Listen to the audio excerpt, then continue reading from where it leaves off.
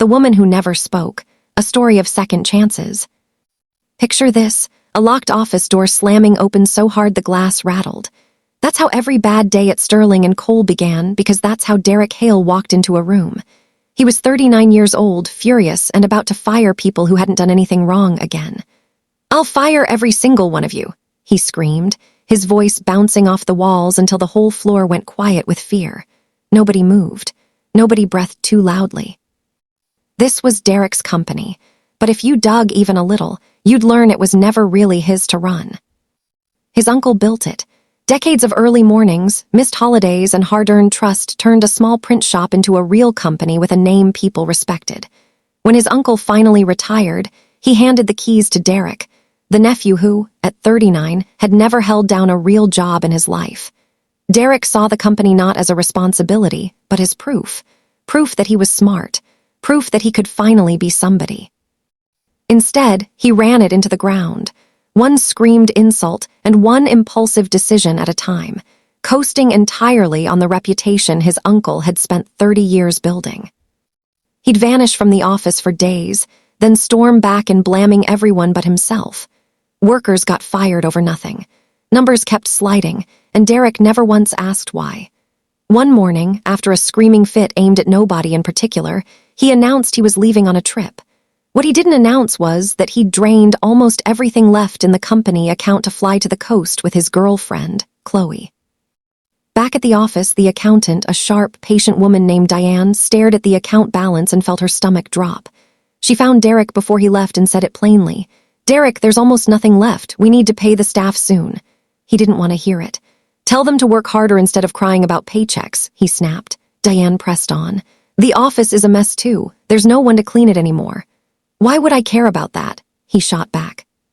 She reminded him, gently because someone had to, that he'd fired the cleaner himself in one of his rages. He'd already forgotten.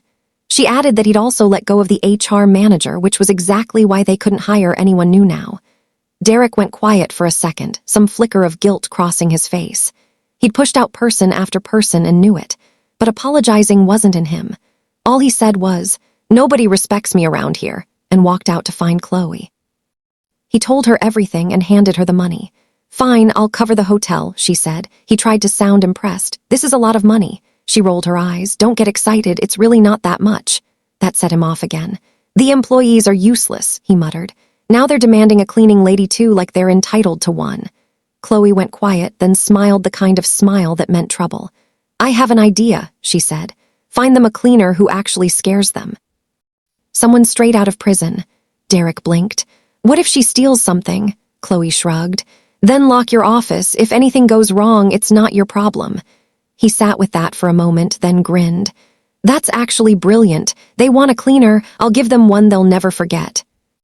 Derek drove to the police station where an old contact of his worked the front desk. He asked for a favor. His friend thought for a second and said, "I know someone just got out. She doesn't talk, hasn't said a word in 12 years. Killed her husband." Derek raised an eyebrow. "Why'd she stop talking?"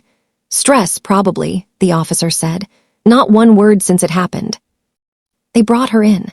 She kept her eyes down, a thin shawl wrapped around her shoulders, a small notepad in her hand for anything she needed to say. When she learned she had the job, she wrote a single word and smiled faintly. "Thanks."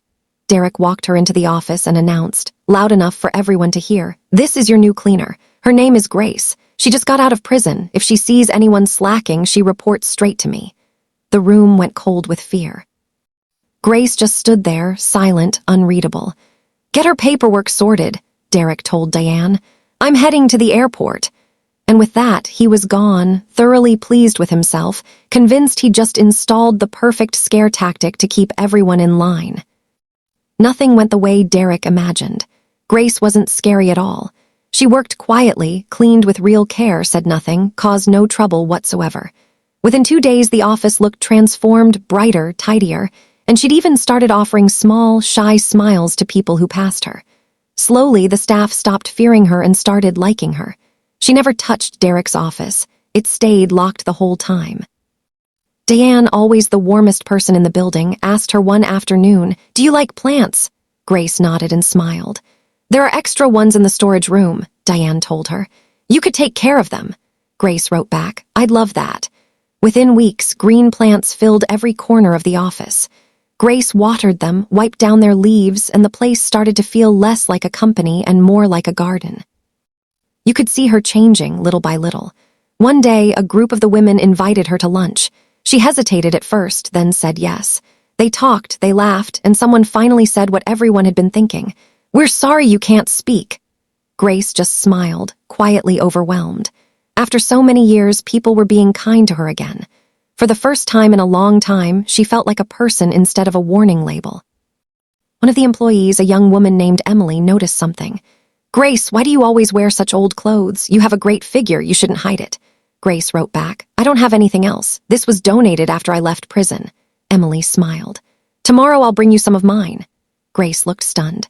That evening, Emily showed up with a bag full of clothes, jeans, blouses, a simple dress. Grace opened the bag slowly, ran her fingers over the fabric, then sat down and cried. It wasn't just clothing. It was the first real kindness she'd felt in over a decade, and it cracked something open in her. That night, the memories came flooding back. Grace hadn't always been silent.